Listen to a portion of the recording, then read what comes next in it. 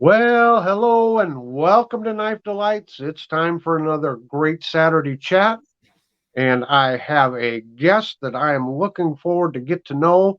I've just come across his channel, and he was referred to me, and it's great to meet new friends and meet new channels. And I have none other than the Big Canucker with me today.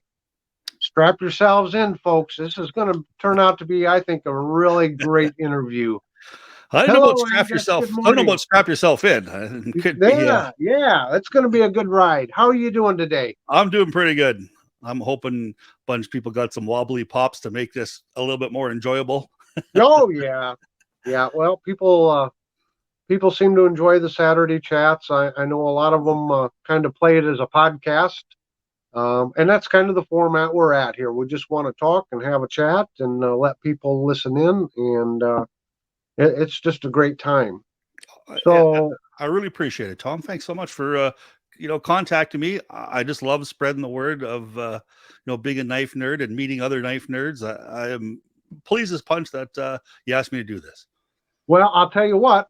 If I'm not careful, I'm going to be start to get known as the All Canuck channel here because I've had the Singing Toad on. I just love him, and uh, as I kind of talked about before we started recording here, he was kind of the first Canadian channel that I got to know, Yep. and now I've gotten to know Nice Slice a lot better. He was on the chat last week, and your name came up, and honestly, I didn't know about your channel, didn't know much about you, but that's what this is all about: is learning and learning about new channels, meeting new people, spreading the word, like you said, knife nerds, and I guess that's I try to make that a focus of mine is trying to bring the whole community together and just to make new friends. And I appreciate it too. I started this knife channel just more or less to as kind of a to save me kind of mentally. About 7 or 8 years, I've been collecting knives for about 15 years. But about 7 years ago, I hurt myself quite badly on my foot and I couldn't walk. I've had 4 surgeries on it. And there's a period of about 2 years where I really couldn't leave the house. Like I was quite a bit of titanium in my foot. And so in order to keep my mind sharp, I just decided to sit at my computer and have an old iPhone facing down on my desk and do a bunch of videos just to keep myself sharp. And it really turned into something that I really enjoy. There wasn't a whole lot of Canadian knife channels out there, at least as far as I know. There was Kevin Cleary. I think he was one of the first guys that I came across. And then my very first channel I started watching was a gentleman by the name of Randy Johnson, who Okay. was, I think he's quite far south, and he was a real Spyderco guy, and that kind of got me into Spydercos. And then from there, it was like Nick Shabazz and all the real big knife guys. But as far as Canadian guys, there wasn't a whole lot of them even when I started. I think it's really popped up in the last kind of couple of years. And I'm not claiming to be the guy responsible for that. I think it's just a natural kind of evolution for sure. I know Kevin, I watched his early on, but he doesn't really say a whole lot. Lately, he's mostly talking about being, Canadian. But in the beginning, he was just another knife guy for sure. Yeah, I had no idea he was from Canada. Oh yeah. He doesn't really, broadcast it too much. And I wanted to, I'm proud of my country and I'm proud to be a Canadian. And I just thought, the Big Canucker was just something I thought, well, what is more Canadian than being a Canucker? So that's what I decided to do. And I'm kind of a big guy.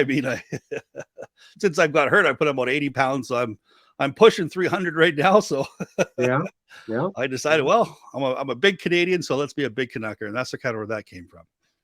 Well, and I know that Singing Toad started the Cross Canada knife, Yes. and that's basically a traveling knife that hopefully is going to hit several channels up there in Canada.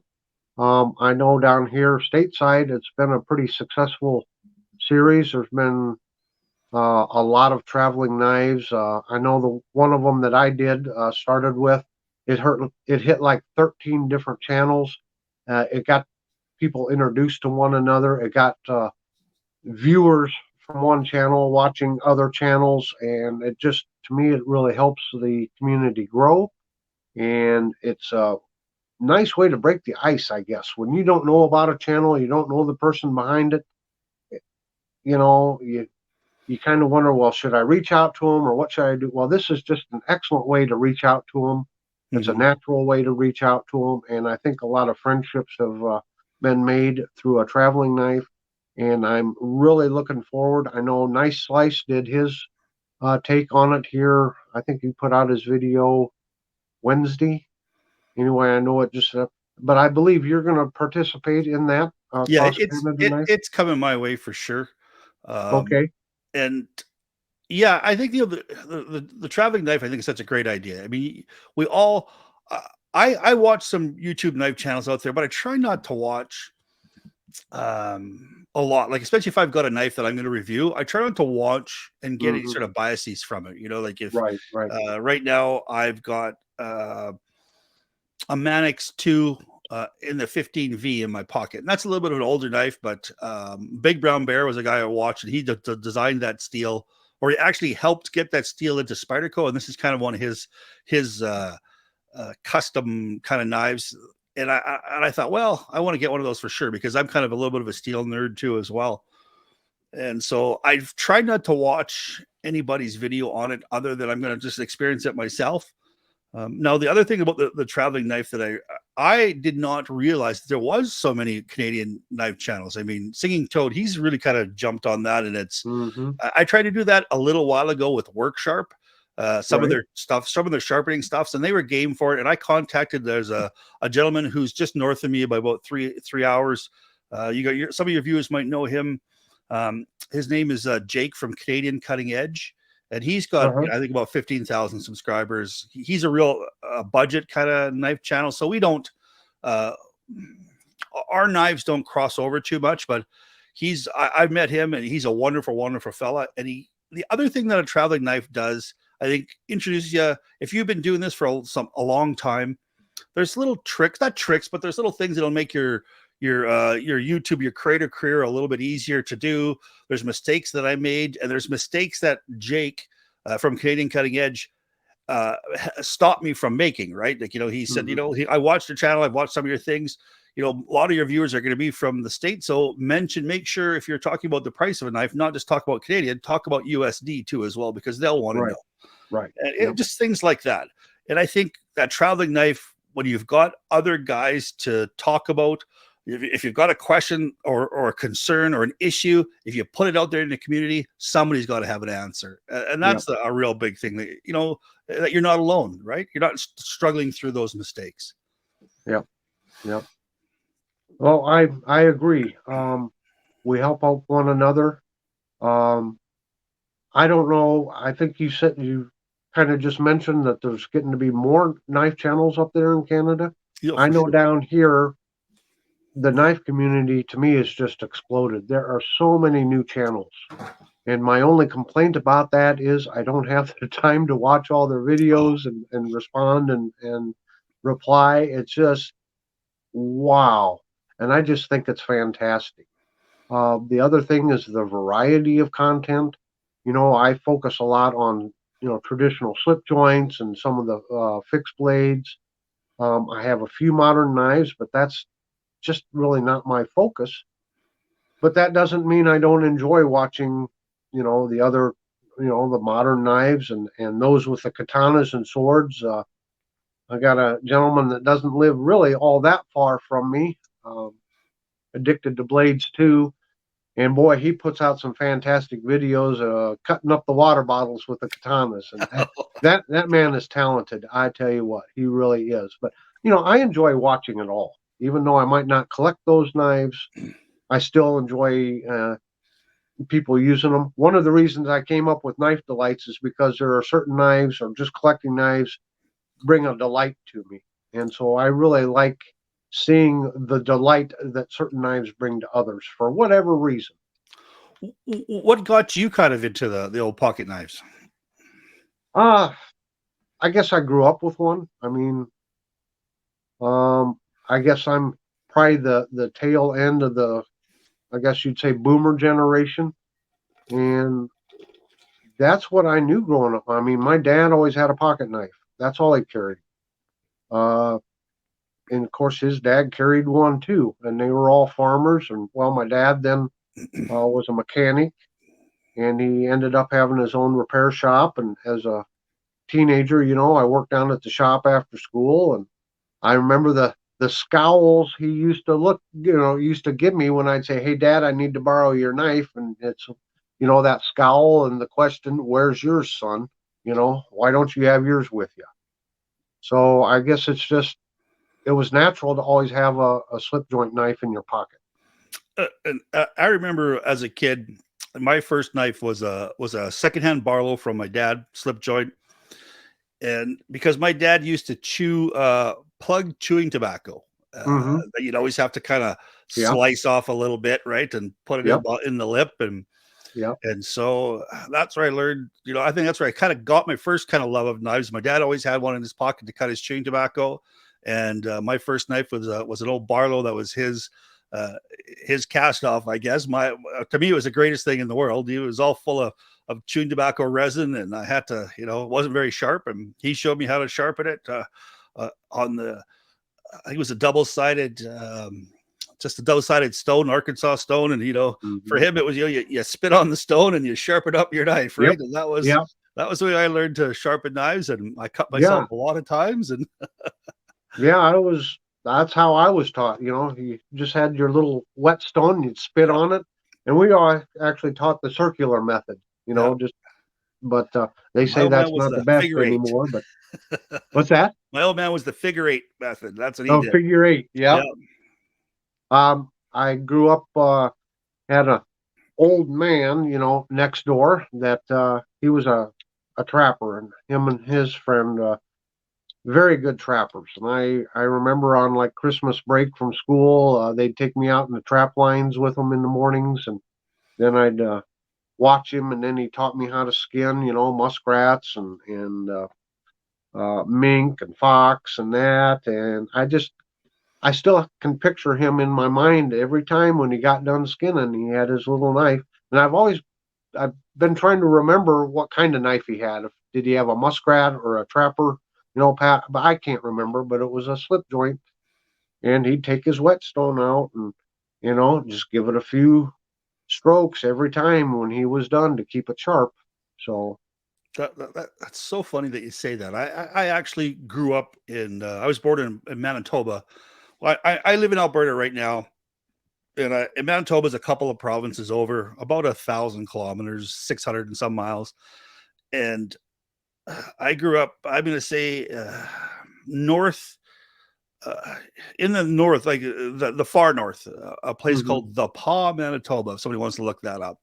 And that was always my dad was the same thing. Trap. He had his own trap line, and I bringing back so many memories of me going out with my old man, freezing my toes and my ears off, and walking the trap line and checking all the traps, and him showing me and how to tie a snare and all sorts of stuff, and how to tan hide, and oh my Yeah. goodness, yeah. Uh, and for him, it was an old buck knife. That's what he had with his knife for skinning anything was this old buck knife that he had, Mm-hmm. right? Buck Yeah. 110, and Yep. man, oh man, that was I don't know how many animals that thing cut, but a lot. Yeah. I I find it funny. You said up north or further up north or whatever. Yeah, North is relative. I found that out. Now I'm in Northwest Iowa, yeah. so we have our share of snow and blizzards and sub-zero weather. But I was in the Navy, and we made a port visit to Nova Scotia, and I remember mentioning something about, yeah, it's cold, where I'm from, but I'm sure up north here it's even colder and worse. And they gave me the funny look, like up north. To them, the Arctic Circle is the up north. Um, so north is relative, I guess. Yeah. Well, where I live right now, I'm probably about an hour and a half drive from the border into Montana. Okay.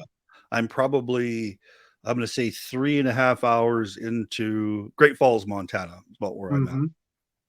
Yep. And then where I used to live, relative north, would have been about another 7 hours north, 7 hours, about another 7 hours drive north from where I am right now is where I grew up. Mm-hmm. About Yep. that type of latitude. Sure. above the 53rd parallel is where I grew up. Okay. And I'm trying to think what the conversion is. Well, it'd be 39, 38, 39 below Celsius, which is still cold, is 30 Fahrenheit or Right. colder, for 3 weeks at a time. It got Yeah. cold, cold, Yeah. cold. Yeah. I remember one winter growing up, we went well over a month that it never got above 0, Fahrenheit, even during the day. I mean, Yeah. so we can have our cold snaps. And this last winter, we had a 4-day blizzard, which it wasn't so much the amount of snow, it was we had 50, 60 mile an hour winds, and it was 40, 50, 60 below, wind chill, Fahrenheit that Yeah. went on for about 4 days. And that was nasty. Oh, that That was wind. nasty. Oh, you guys get some crazy storms down there. Well, I think it's because, where I'm from, it's flat. I mean, we don't have the trees, we don't have any of that. And the wind, it's not always just the ambient temperature, it's the wind that comes with it that makes it so nasty. But Well, I am in I live in the windiest place in North America. It's pretty oh close. yeah, Yeah, we've got fields. We've got fields and fields of windmills here. It is, yeah. There's quite a bit of wind because we're just off the Rocky Mountains, and I guess there's some sort of I can't remember, kind of like a stream that comes off the mountains and runs across the plains and the prairies, and we're at the sure, beginning of that. We're yeah, just at kind of the rolling foothills into the mountains, and we get so much wind that yeah. there is Lethbridge is one of the top per capita suicides in the world because of the wind. People get migraines and headaches, and it's crazy here. Yep. But yeah, but we're also 2 inches less rainfall. We'd be considered a desert, so we've had a real bad year with rattlesnakes and stuff like that here. You wouldn't think Oh, Canada would rattlesnakes, but we've got lots of rattlesnakes here in this country for sure. wow. Yeah. So, do you happen to have any knives that you'd like to show? We can Um, start talking about some knives. sure. I'll tell you what I'm currently carrying right now. I'm not for sure. I wish I could kind of do this properly on this background. Yeah, like I said, the Oh, Manix 2. let me put you up on the solo screen here. Manix 2 with the CPM 15V steel. The steel is actually designed by a fellow by the name of Big Brown Bear. There we go. Let's see if we do that right there. And Big Brown Bear, he convinced Sal and Eric Glusser to take a chance on this 15V. He's a real crazy steel guy, and he has perfected the heat treat on this 15V steel. You have to heat treat it up to about 64, 65 Rockwell before it'll really start to perform. But this is one of the best edge holding steels, I think, in the entire knife world right now. It's not stain resistant or stainless steel, but it is crazy edge retention, and it's actually fairly tough. Sometimes you got to sacrifice that toughness for good edge retention. Well, I think this is a good blend of both of them. So that's what I'm currently carrying right now. I'm a real crazy Spyderco guy. And then my favorite everyday carry happens to be a giant mouse. And I love Oh, okay. customizing, but I've got this giant mouse here. And then the other one, my absolutely favorite knife to flick, is a Chavez. Let's see if I can do that. Chavez Chavez Rendition 229. And it's just a big hunk of titanium with a CPM 20 CV blade on it, super thick. It's about a quarter of an inch thick, this blade, but it is such a smooth knife. And it is actually built by a company called Riot. Okay. Chavez has got his own kind of handmade customs, and that is. But this one here happens to be built by Riot, and they do a fantastic job. But one of my absolute grail knives happens to be this here. This happens to be, I don't know if some people will recognize that. It happens to be a Peter Recente S90V titanium integral. So it's just one complete piece of titanium. There's no body screws in it. This happens to be the flagship of Spyderco. And I absolutely love this knife. It doesn't get a crazy amount of great reviews because it's a little bit thick behind the edge. It had some quality control issues with it. The detent when it first came out wasn't that great, and because Hmm. it is an expensive knife. I mean, this is Yeah. $920 Canadian. I didn't pay Oh for my. that for it. I traded what did I trade for this one? I traded a XM18 for it, skinny. And this one, Oh. what I love about this, it was actually signed. You can't tell, but it was actually signed by Peter Resente. So this one here is my Grail knife, one of them. That's just kind of some of the ones. And I do carry this. This is not just a save queen. This is something that I do carry because I Hmm. think, I mean, I do have save queens. I do have things that I won't carry that I think that are just, I will probably end up trading down the road or selling. But those ones, I think these ones here, all four of these, I'm going to keep in my collection for the rest of my life. Oh, that's really cool. I just wish I could show a little bit better without this background. I don't know if I can Oh, take that okay. Well, I think background. they're coming. I think they're coming through just okay. Yeah, because I mean, this is just you can't really tell on it, but I love the mirror polished blade on it. And so what they've done is they've stonewashed the blade, but then they've also gone in mirror polish. So it's a real kind of a smoky mirror. And so every edge on this knife, other than the cutting edge, has got a little bit of a chamfer to it. So it's extremely comfortable. A lot of people complain that the handle is a little bit too skinny. And I mean, there's all sorts of kind of knocks on it, but I absolutely just adore this knife. It's so smooth.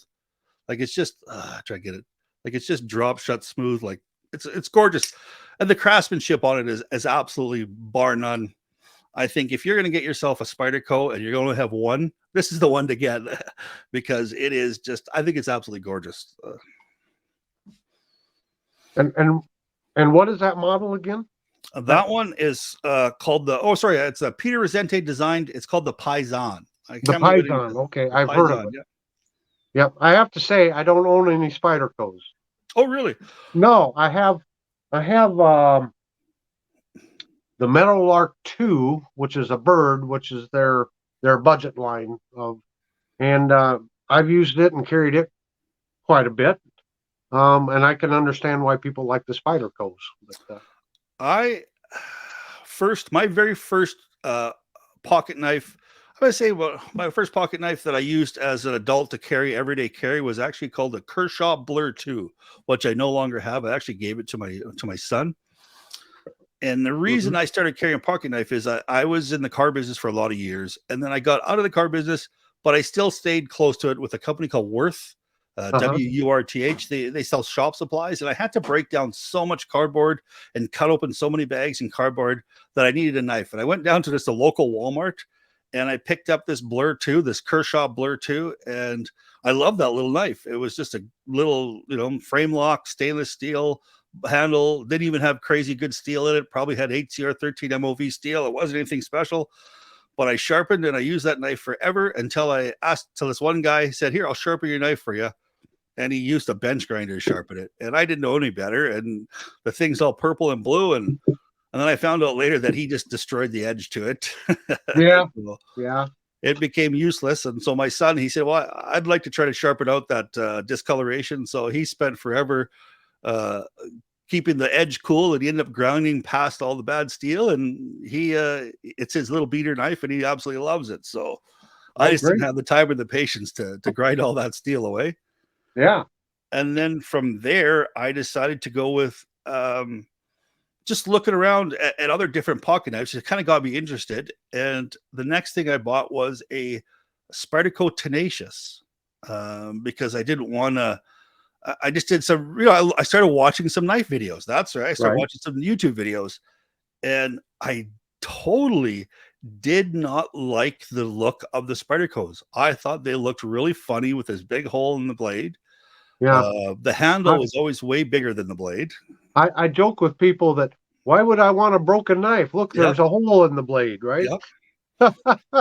And I just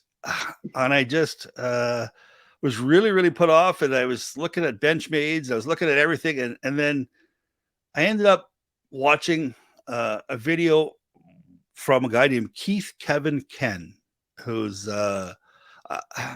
he's a Spyderco collector, but he's got a Spyderco number. So any new Spyderco that is built, it has his personal number on it, and he automatically gets it sent to his house and billed to his credit card. So he gets every single thing that Spyderco sets out. Oh, And I just stumbled across his channel, and he was talking about this Tenacious, and he was talking about how the thing is designed from the handout, to ignore the look. So I took a chance and I ordered one, and it showed up, and I put it in my hand, and it was like a gong, like bong. I just loved how good it felt. mm-hmm. And then I beat the hell out of that. And then from there, I just started getting more and more and more and more expensive. Yeah, And yeah, it just became next thing you know, I've got 50 Spydercos and 75 different knives and a dozen fixed blades, and it's become a real disease. yeah. I can understand it. Um, I guess one modern knife I have that actually comes from Canada. Oh, I don't. Have you? Um, have you purchased any of these buck knives that are exclusive through Canadian Tire? um, I have, yes. Wasn't a Canadian Tire exclusive, but I have got a buck through Canadian Tire. It was a Buck Vantage. Okay. Yeah. Well, this one happens to be a Matrix 190, and this is you can't get this in the States, Oh, so it's. Well, I have a Canadian viewer that's been very generous to me and sent me several knives, and this is one of them he sent because he knows I'm a buck collector. that's awesome. So he says it's or he calls it the Buck 112 of Canada, or the Canadian Buck 112. You know, so that's one of them. And then he happened to send me one again, exclusive from Canadian Tire. And it's this one here, Oh, and that's the 253 Durham. I Just just a yeah. I just had that knife. I just sold that knife actually. Oh, did you? Yeah. Yep. It's a really nice, like a gentleman's carry. I was just about to say that. That is a really excellent gentleman carry. And the action on it is so crazy smooth too, as well. Yeah, I but was really blown away. it kind of blends traditional with new because it has the nail nick, there, but it's not a slip joint, it is a liner lock. Mm-hmm. And the one thing I really like is they got that nice cutout there, so it's so easy to access the liner lock. So, That's awesome. yeah. There is a buck that I want to put in my collection, and I'm trying to remember the name of it. It's got the lock on it is called a strap back. Okay. So when it opens, it's got like a little so when you open it, it opens up, and then the lock is right here. So Okay. it's just like a little bit of a piece, and it hooks on top someplace on the blade. And then when you want to open it up, you just lift it up, and it's so fall shut. It's a Vantage. It's partly. It looks like a Vantage Pro. It's very along those lines. I think I know what you're talking about. I don't happen to have one of those, but yeah. But yeah, that is one of the bucks that I'd like to collect. And speaking of generous viewer setting knives, there was a fellow by the name of Patrick Anderson who's from New Jersey, I do believe, and he sent me an SE6 and an Izula 2 and this wicked rig, and it is my favorite pair of fixed blade knife of all time. Like, Yeah. what a crazy generous fella. He was awesome, Mr. Anderson. I do believe he said he was originally from Canada, but right now I do believe he's in New Jersey. Yeah. Well, this was Stuart Harvey from Canada, and he's generous to the whole knife community. I mean, not just to me, but he sent out a lot of knives to a lot of people. Which brings up the point: isn't this a great community? Oh, absolutely. Just 100%. And I mean, right now, I belong to a Facebook group called Canadian Knife and Gear. And they're Mm-hmm. on this weekend, they're having a big meetup here, now Southern Alberta meetup just outside of Calgary, Alberta. And there's going to be people from all over Western Canada there. This gentleman's offered his land, so there's going to be campers. I know what the turnout's going to be, probably 100, 150 people. And it's just, and unfortunately, I mean, today's happens to be my birthday. Sure. Oh, well, So happy birthday. thank you. So You look very good for 24. I wish. 53 years young today. So You're a young'un. I know that's what I hear. But otherwise, I'd be up there. And just even here at Lethbridge, I mean, I've met some really good knife guys. A gentleman by the name of Mike, he works at the local Costco, and every time I walk in there, I got to carry something new because he's this guy's a real collector too, right? So he'll put something out of his pocket that I just drop my jaw at every time, and he's got never-ending supply of basically Spyderco's. That guy too. And there's Yeah. another company by the name of Yellow Day Energy. Have you ever heard of that? No, I haven't. He makes really super high-end flashlights, like $1,400 flashlights out of these crazy, titanium and zirconium, and they're absolutely gorgeous. And so he's actually based here in Lethbridge too, as well. So I mean, there's a couple of real good knife guys within a stone throw of me here, and they're just wonderful, wonderful folks too, as well. If I've had an issue, I mean, or a question about something, they're definitely there for me anytime I need it. And that's one thing that I've really, really been happy with getting this community. I'm not sure too. The other thing is when you look at the comments of my videos, like I don't consider myself, I'm not like a master YouTube guy, and I'm not going to make $1 million, but there's somebody said it must be a Canadian channel because the comments are so darn nice, right? I very rarely get anybody say, shut up, you idiot. Just, you don't know what you're talking about. I can think of maybe 2 comments in the 3 years that I've been doing this. And I mean, I'm not maybe 400,000 views. I can maybe think of 2 times where somebody was a little bit of a jerk. But other than that, it's been overwhelmingly positive. I've had kind of the same experience. Somebody called me the Mr. Rogers of the knife world or something. And I don't know, but I've kind of had the same experience there. Every now and then, and I'll just, I still answer it, and it's, thanks for your comment, and whatever. I don't delete them or anything. Now, if I was to get some profanity laced type comment, yep, it's gonna go. I want to keep my channel family friendly, but and me too. I try not to ever swear. I mean, the odd one kind of slips out a little bit, but yeah, it happens. It happens because we're all just yeah. It happens. Yeah, if I get the 2 mean ones I got, I left them up, but I didn't even answer them. Right, or one guy answered, and I just said, hey, thanks for your criticism. I really appreciate it, and that was about it. That's all I said. And I don't mind creative criticism. Oh, me too. That's the other thing. I mean, it's not just about getting gifts from viewers, but it's all the wonderful comments and all the suggestions they have. Another thing I like to do is refurbish old slip joint knife or just old knives and just clean them up and get them back into working order if I can. And, there was always so many helpful tips like, oh, try this, try that, use this, use that. And just wonderful. Yeah, no, for sure. And not only that, I think I've learned a lot too as well. That's the other thing about the comments. I don't know if I consider myself an expert. I think I'm knowledgeable. And especially Spyderco's. We had a store open up here in a little town called Fort McLeod, little small town. And I always say the bustling metropolis of Fort McLeod, which is funny because it's only about 2,000 or 3,000 people, right? It's like, right.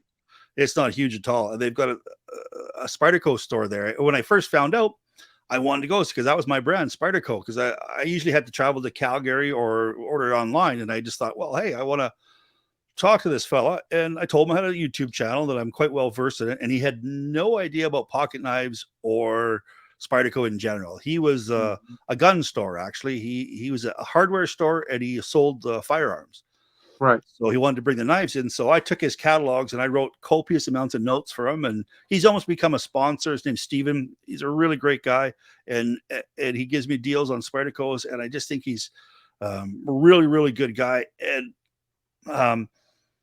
he appreciated somebody kind of passing on that knowledge. And there was, if you asked me a question and I didn't know, I could always refer to the community, and especially on the Canadian Knife and Gear. those guys, if I had a question, I could throw it out there and I would have 10 answers within literally seconds. Like they want to be Yeah. so helpful. And that's the one thing I found out about us. Yep. Well, I've been working really, really hard at becoming a self-appointed internet expert, but I'm just not there yet. No, I have a love for knives, collecting them, and I like, maybe it's my obsessive compulsive behavior or what, but I like to like gather up sets of knives, and of course, buck knives. I'm trying to get as many models of different buck knives as I can, especially those old vintage ones. I'll never get them all. There's thousands upon thousands of them, that Mm-hmm. I'll never. Um, but I just do it for the pure delight of collecting the knives. I can't say that I'm a big knife user. I always carry a knife. I use it for EDC. Um, I used to do a lot of hunting and fishing, years ago, but I've kind of lost those skills too. But, I've processed some game and cleaned fish and this and that. But so I can't claim to be, like this great, what do you want to say, woodcrafter, bushcrafter is what they call it. I'm not good at carving. I can whittle a hot dog stick. I'm proud of my hot dog and marshmallow sticks, but I kind of just do it for the enjoyment of learning about the different knife companies and the different patterns and covers. But yeah, I just cannot claim to be like an expert on steel, Well, for I, instance. I try to be real knowledgeable about steel. And one of the things that is done to my detriment is uh, it's, it's made my tastes kind of rich. I want to say, right. Mm-hmm. Like when I first started using that knife, like that little blur, like I said, it was probably like, 440 or HCR 13 MOV, just really kind of low end, barely above kind of probably butter knife steel. And it worked fine. And I was proud as hell of that knife. But now, I mean, I'm like, well, it's got to be kind of D2 or S30V and up for me now. HCR 13 MOV, I can't stand the steel because I know what it is now. But probably if I wasn't knowledgeable about it, it probably would be, oh, this would be a pretty good steel, right? I'd be okay with it, Yeah. right? So, Isn't that the way it is? oh, I know. And Yeah, I had one series of buck knives. I thought I had the whole, that there was 5 in the series, and I had all 5 of them. And then a viewer sent me a gift, and it was a variation of all of those. And now I'm like, oh no, now I can't sleep at night because now I know there's others to complete this set. So well, it, one thing that it amazes was a me about wonderful gift, though, just a wonderful gift. But it was just like, oh no, you burst my bubble. well, buck knives are so timeless, like, I mean, the Buck 110 was my first, but it was the Cabela's version, which Uh-huh. was the S30V, which I had a choice between an S30V and I think it was a 440C, just like I had a choice. And I just lucked out and picked the S30V. I had no idea that it was a better steel, but I did a lot of reading since then. And Paul Boss is a genius when it comes to Yes, heat treating knives. absolutely. And he won't divulge what his heat treatment secrets are for buck. That's theirs alone, right? But Yep. Yep. I mean, if you've got a Paul Boss heat treated knife, you're looking at probably 20 to 25% better edge retention than just a regular heat treated one. Just his Yeah. little formula. Yep. And that's the part of this collecting that really engages me is the learning part of it, right? Like, Yeah. Yeah. if I get hooked on my teeth into something, I'll sit and just watch video after video or read, article after article after article. And some of the channels that I really like is one guy by the name of his name is Pete. He's from Australia, and he has a channel called Cedric and Ada Gear, I think is what it's called. And Okay. he will take a knife and he will sharpen it. He started off with a Lansky sharpener, and he'd sharpen it, whatever 20 degrees, and then he would cut twisted sisal rope, 1/2 inch diameter, on just a plain wooden board until the thing wouldn't cut paper cleanly anymore. And I mean, that guy went through hundreds of thousands of little cuts on this rope. and Sure. over years, right? And he's got a big chart. He's probably tested 1,000 knives the same way. And talk about like somebody who's like OCD. And I've read through his lists like extensively, and that's where I get a lot of my knowledge. Like, oh, that's good practical knowledge, right? Like It is. It somebody to really do is. that. Yep. Yeah. Oh, yeah. There's a lot of phenomenal. Uh, there was a channel that I used to watch, and I don't think he's put any content out lately.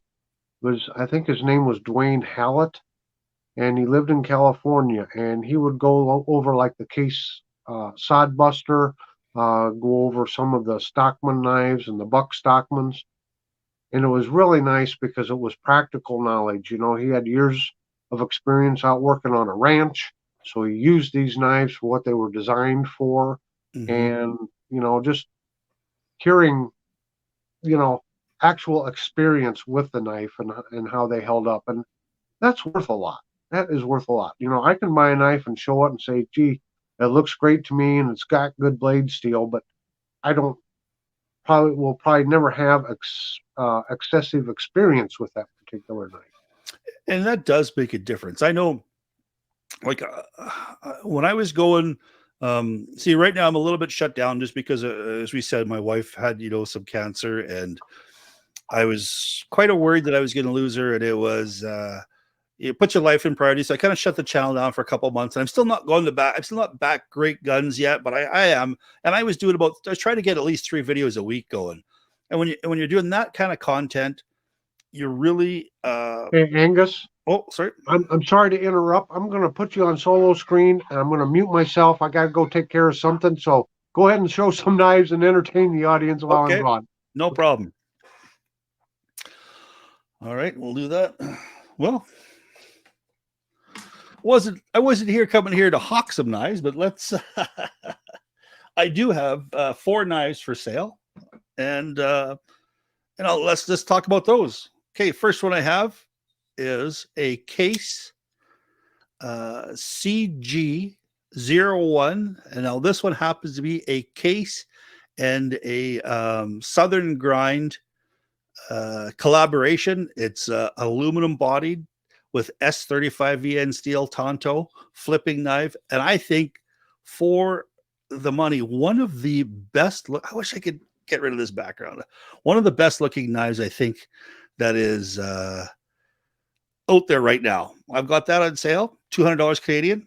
The other one I've got here is called a Spyderco Delica Warncliffe, and I actually kind of customized that myself. I dyed the scale red. I've got an affinity for red and burgundy. It's called HAP 40 steel, and I like the HAP 40 steel on this is a San Mai steel, which is basically a steel that's really great edge retention that's sandwiched between 2 pieces of stainless steel. And what I ended up doing with this one is you can see how you've got the 2 different colorations of steel on there. Well, I acid washed this and then I put it in a rock tumbler and I tumbled it with some brass and some rocks. And so it just made a nice little finish on it. And then all the hardware on it, including the back spacer and the clip, I acid washed that too as well. So that one there is 145 Canadian. What else I got? A Finch Holiday, which is a great little Warncliffe knife. This one happens to have, if you see this little Finch sign on it, it is glow in the dark. It's really neat. It's micarta frame lock on it with a Warncliffe. And this one here is 154 cm steel. Oh, I wish I could. Yeah, I'm trying to do that. That's way better. I love this little knife here. But you gotta, when you're reviewing knives, you gotta get them in, review them, and sometimes get them out. And this one here happens to be 150 Canadian. And the final one that I've got is, I think, one of the best bang for your bucks is a company called Kunwu. And this one here happens to be a Kunwu Tau, and it's the large version, the 3.5 inch version. This one happens to have M390 steel. So if you're a kind of a steel nerd or a knife guy, the M390 is kind of the big daddy steel right now. It's the steel that everybody, I guess MagnaCut is one that's coming up right now. But before that, M390, if you had M390, you had the top blade in your steel. It is a titanium frame lock. It is smooth as silk, just total drop shut. It's a flipper, back flipper, and it also flips through the front too as well, just like that. It's a gorgeous, gorgeous knife. It's got the Reeves integral lock on it, which is a frame lock, and this one here happens to be 220 Canadian.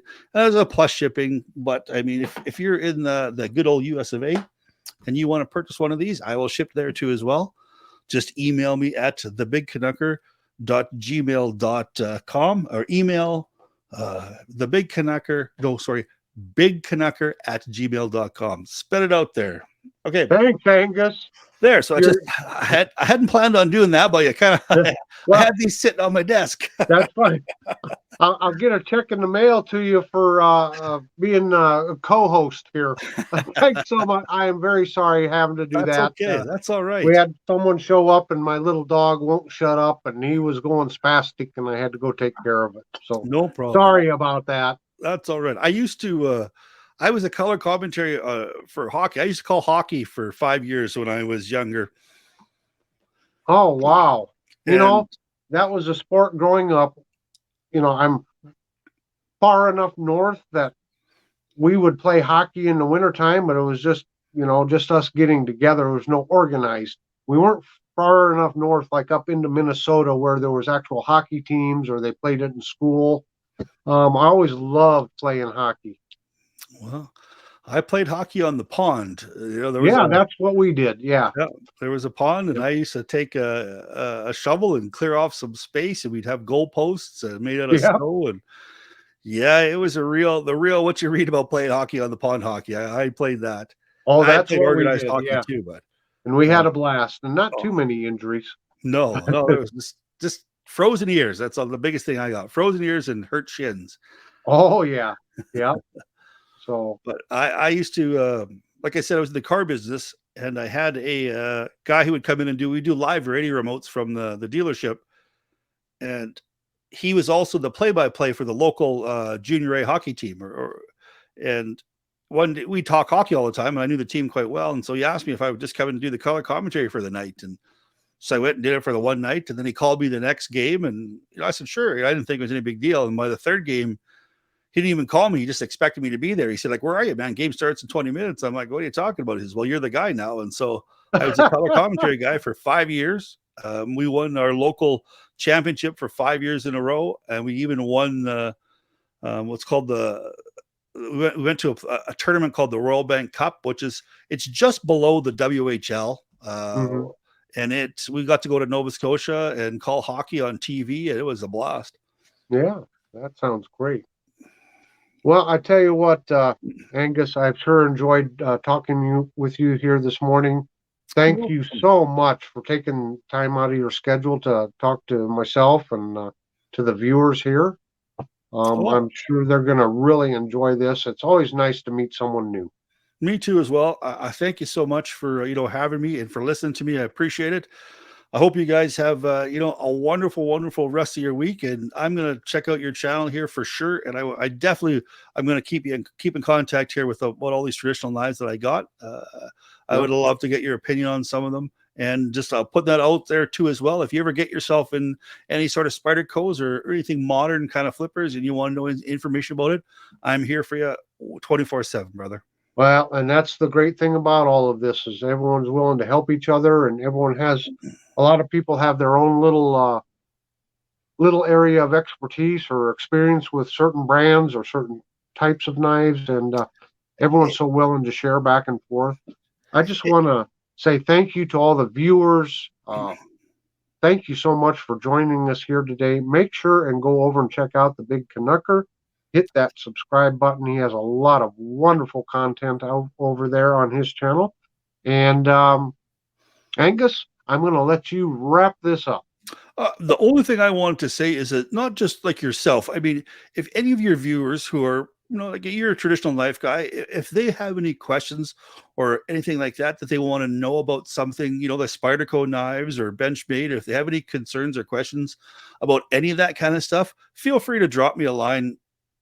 And no problem. One of the things that I subscribe to is when somebody leaves me a comment or sends me an email, I 100% answer back emails as well as comments, because I want to make sure that my customers, my friends that subscribe to me feel valued, and I have no problems, sharing any part of my knowledge whatsoever. You guys are totally welcome to it, 100%, and I would totally love to hear from you guys, 100%.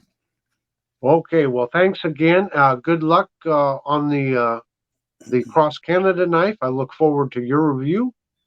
And for everyone here, have a very delightful day.